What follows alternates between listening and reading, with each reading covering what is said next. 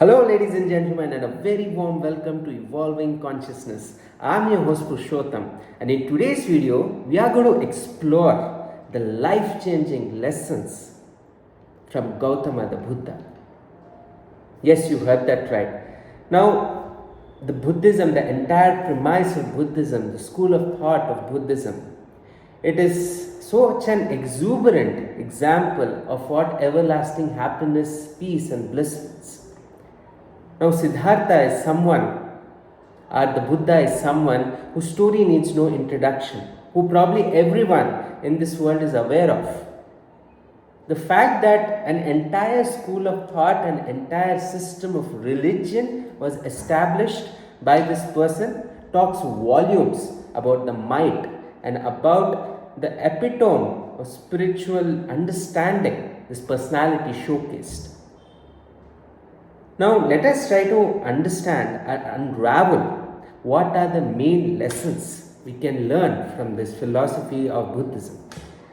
Now, I have made this video in such a way that I can give you top 5 lessons which sort of encapsulate all the parallel narratives of Buddhism, all the parallel teachings of Buddhism. And if you go through this, if you completely surrender your attention to the next couple of minutes of my video, you are going to gain tremendous value out of it. Now, to begin with, the entire narrative of the story of Siddhartha, the royal prince, who was surrounded with absolute material opulences. He was born in a royal lineage. He had everything at his disposal. Now, one thing to note here is that when Siddhartha was born, and famous astrologer had told the king that you need to be very mindful of the fact that don't ever expose your son to the realities of the world. Don't ever expose him to the agonies of the world. Always keep him in your royal palace where he is always flooded with all goodness and all material opulences. Reason being, the astrologer had seen certain planetary alignments in the chart of Siddhartha which showed two possibilities. Number one, this person had the potential to become a majestic king, and number two, he also had indications of becoming the greatest sannyasi of the century. Now, the king took the words of the astrologer very seriously, and he made sure that Siddhartha was always surrounded with all the material opulences. And he also made sure that he was never exposed to the concept of death in general. The concept of pain, the concept of suffering was completely alien to young Siddhartha. And one fine day, Siddhartha goes outside and he looks the world from outside, and suddenly the eureka moment, the dawn of enlightenment, the journey towards enlightenment begins, and the rest is history. You probably know what happened after that. Now, why did I talk about this particular narrative, which probably you and me are already aware of? There is a very important piece of knowledge, an important piece of information which lies dormant in this narrative or in this story.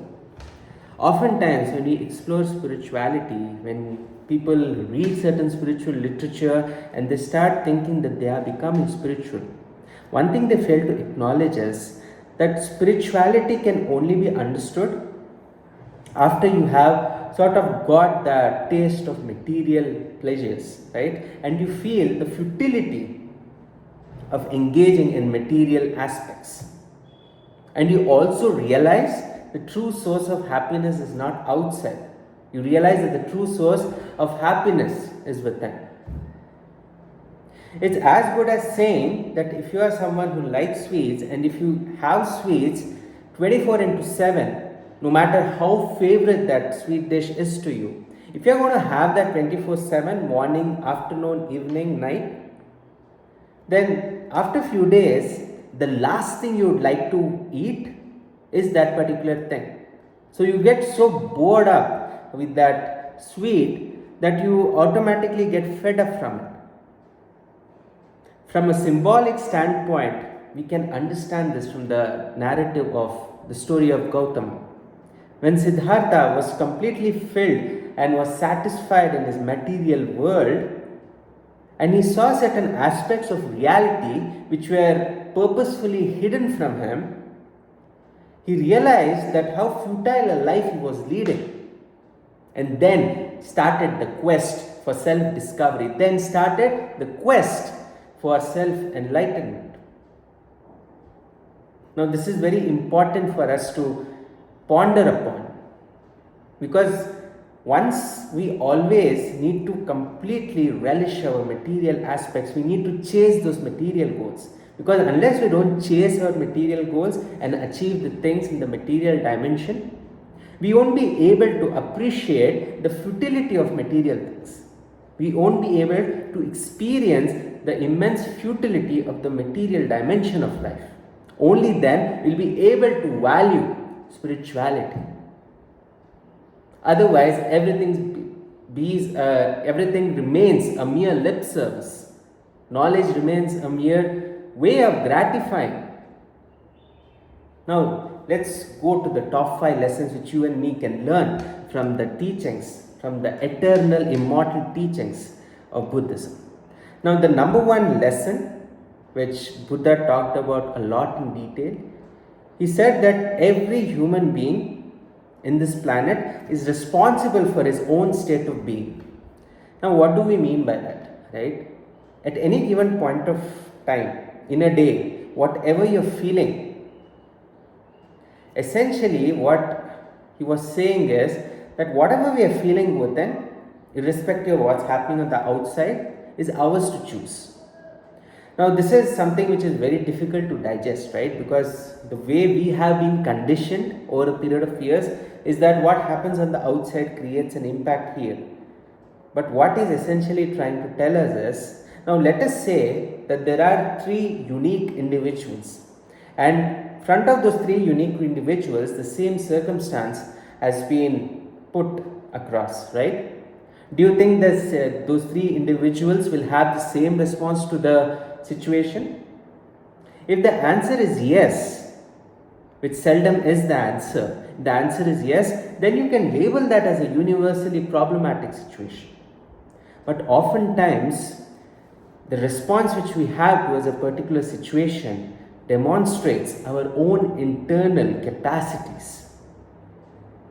Oftentimes, the situation can be handled in a much mature and a dignified way.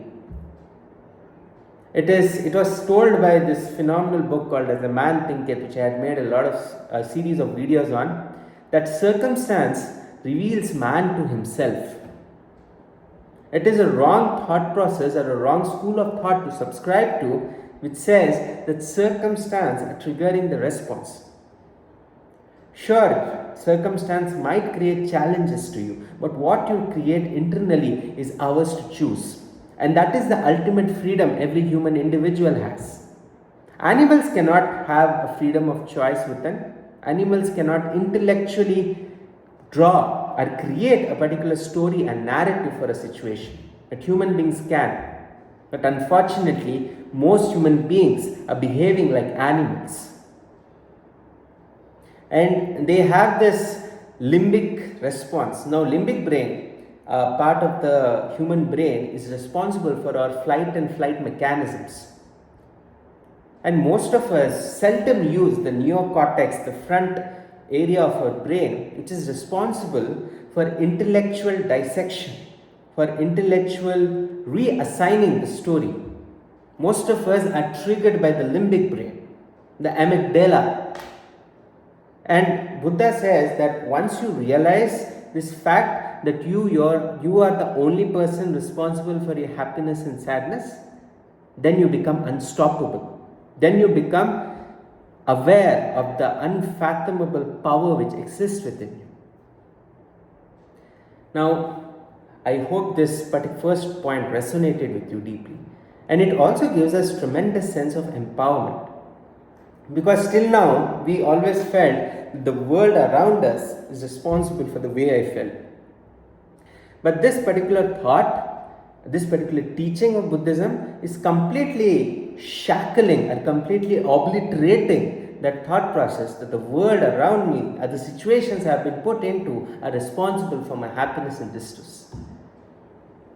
And it sort of brings about an awareness to the ultimate freedom which every human being has, the freedom of choice, the freedom of response. Because let's remember, 90% of what happens in your life depends on how you react to the 10% of situations which are beyond your control. Now, coming to the second point of the teachings of Buddha. He says you become what you think. Now, this is an absolute no-brainer, right? This is very straightforward and very evident. Now, one granular aspect of this which I would like to bring your attention to is this. Oftentimes you think that if I think good about myself and bad about the other, it's not going to affect me. But what we fail to acknowledge is, if you think bad about another person and think good about yourself, thinking bad about other person is creating the thought process in your brain. And the more you think ill about another person, the more chemical chaos you're creating in your system. Because they are told, research and scientific analysis has proven that the more negativity a person harbors, the more resentments, the more grudges, the more ill wills a person harbors in his mind, he's prone to a host of maladies. He's prone to a host of diseases. Now, this is not philosophy, this is backed by scientific evidence. Hence, it is very important to not only think good about yourself, but stop thinking ill of others. No matter how cruel or how bad your conditioning or your judgment calls them. Because we have a very limited way of viewing people, of judging people. So, the teaching of Buddhism always encourages us to think on lights, on thoughts which are positive, which are productive, not thoughts which are evil and toxic in nature. Now, coming to the third lesson, which Buddha talked about. Buddha always said that the true power of influencing comes from a state of from a state of steady love and compassion. Now, when we talk about love, right, the only thing which we know of love is having a romantic relationship. But that is not the only definition of love. That is only a very small portion of what it means when we talk about the emotion called love. Love can be for the divine, love can be for nature, love can be for your breath, love can be for every single aspect of your life. And Buddhism emphasizes very strongly on the power of love versus hate. Now, research has proven that the people who are very fond of pets, right, and they have also seen that people who are fond of pets and they eventually start living with pets, they find that they live longer. Now, as amusing as it might sound, this is a scientifically palpable truth.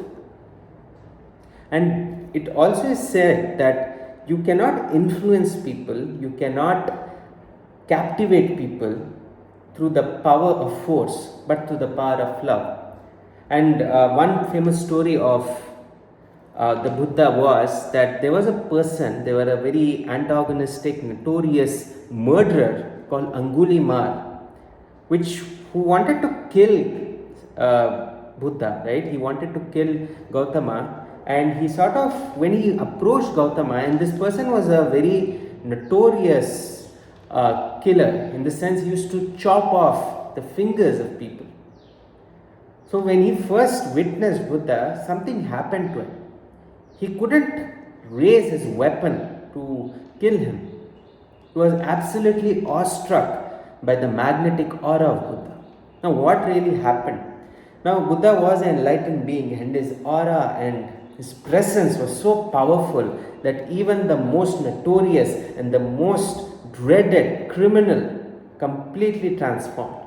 Such is the power of having a divine aura, a divine state of mind, which can be cultivated through the right quality of thoughts. When you are constantly monitoring your school of thought, when you are constantly working on your thought process, You automatically become a person of divine aura, and people will feel great in your presence. So this is the power of influence. The power of influence can be brought about by the power of right conduct in thought process. And it is also said that the more you harbor these positive emotions, the number one benefit, the person who benefits the most is you yourself. So why wouldn't we do a favor on ourselves by cultivating the right thought process, by cultivating the right schools of thought? And most of us are addicted to certain belief systems. We think that power means shouting at the peak of our voices. Just understand this. Just contemplate on what I'm going to say. If power was about shouting at the peak of your voice, then Gautama, the Buddha, wouldn't have been revered as a god himself. He wouldn't be considered God himself if the definition of power was physical use of your power, as was raising your voice to the next level. If that was symbolic of power, do you think Buddhism and Gautam Buddha would be revered as God himself? No, right? So essentially we need to completely destroy these foolish thought processes which society and the conditioning has sold us. You need to question these belief systems. Now coming to the fourth point, and this fourth point is probably the hardcore teaching of all Buddhist philosophy. Now the fourth point talks about the concept, the correlation of expectations, right? There's a famous quote by Buddha which says, desire is the main cause of suffering. Now someone hears this quote for the very first time, he might view it through a pessimistic viewpoint, right? So does that mean we shouldn't have desires? Now this is a very lethargic way to function. Now one thing to note here is that when he says desire is the main cause of suffering, Buddha is not saying that we shouldn't have desires. Essentially what he is pointing us towards is we shouldn't crave and cling for those desires. We shouldn't develop a lust for those desires. That if that desire is not fulfilled, I am going to be completely broke. Now this was also talked about by Lord Krishna in the Srimad Bhagavad Gita, where he talked about this dependency, this slavery to senses, to sense enjoyments. Because let's understand that the more we are so much attached to the desires, the more we are going to lament when those things don't function, don't happen. Now this does not mean that we shouldn't have desires. Desires are great to have, but true power in trying to accomplish that desire comes from a mode wherein you are not completely attached to the results, but you give your best and completely let the world, the universe do the rest. You do your best and let God do the rest. Now as simple as that might sound, this is a school of thought which is easier said than done. But Buddha says the less you are attached to the outcomes, the less you are going to suffer. The famous quote which says, pain is inevitable but suffering is optional. Now everyone has to encounter pain, but are we going to suffer through that pain is something which is ours to choose. And there's this beautiful book called The Power of Positive Thinking. And in that Power of Positive Thinking, the author gives a beautiful concept and he says, expect ungrateful. Now we are going to be bombarded with people, situations where things are not going to work out the way we want them. Somebody is going to cheat you, somebody is going to take your money and run away. Right? All kinds of things can happen in our life. Now he said that don't expect people to applaud you or to garland you with flowers thinking that you are a good man, right? That's not going to work that way, because let's understand, people who had very noble intentions, not everyone applauded them, not everyone appreciated them, and they never had a desire to feel applauded. They did the particular activity which they were engaged in. It was not coming from a place of validation. They were not doing it so that the world will look at them and applaud them or sort of garland them with a lot of accolades of appreciation. That was never their intention, and that's the reason they became unstoppable. If you are always going to look at the results from outside for your noble actions, you are bound to suffer, because not everyone will appreciate you. So the author in that book said that expect ungrateful. Once you expect people who are ungrateful, because let's understand and let's acknowledge this fact that most of us are ungrateful people. And it's not their fault, that's the way the human brain has sort of conditioned them. That they always look at the bad things versus the good things. And don't ever expect appreciation from people. And don't ever consider the output from outside to serve as an input for your endeavors.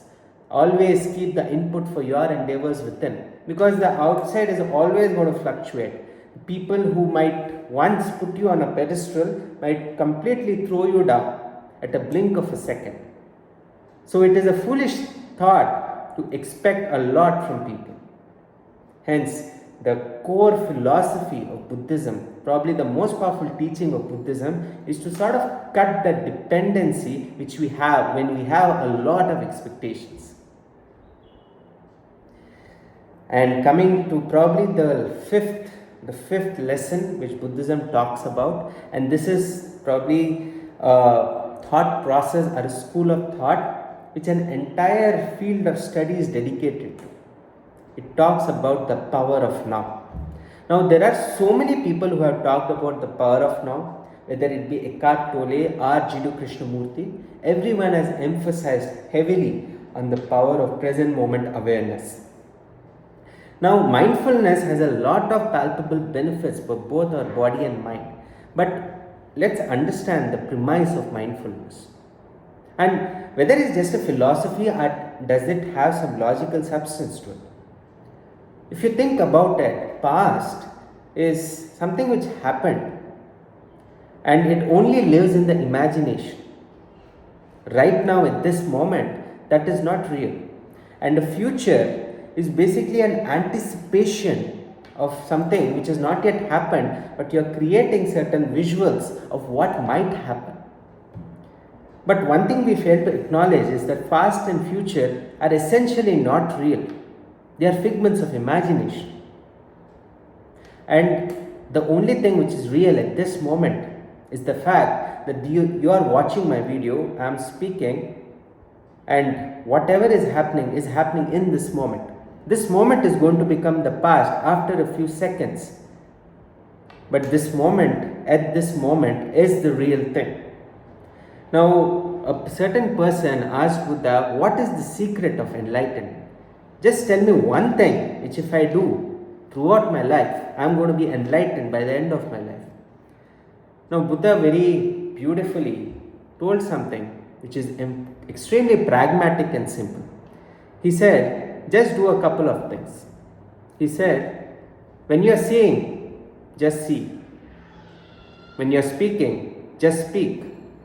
When you are eating, just eat. When you are listening, just listen.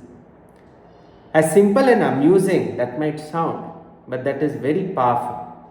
Most of us don't know how to be in the moment. Most of us don't know how to listen. When we are listening, we are essentially rehearsing our defenses, or we are rehearsing our replies. But the entire premise of Buddha's teachings heavily anchored on the premise of mindfulness and the power of now.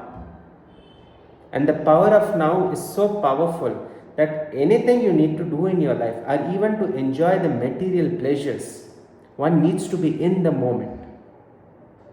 Because you can have everything in the world, but you might probably recollect something which happened 20 years back, and that particular moment can trigger all the host of maladies in your mind. You can feel frustrated, you can probably feel a lot of lamentation.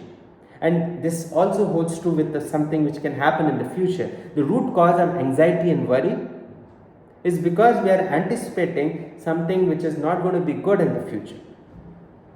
And Buddha says the key to all this, the key to end the drama of past and future is to be in the now. And all the practices which Buddhism talks about is heavily focused on this concept of the power of now. I hope my today's video was of value to you. We talked about the top 5 lessons which the thought process of Buddhism teaches us, and we all can benefit hugely if we sort of allow these teachings to sink into our system. Let me know how you found my today's video in the comment section. Also, don't forget to like, share and subscribe my today's video.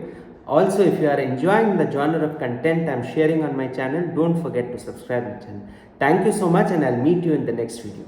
Bye.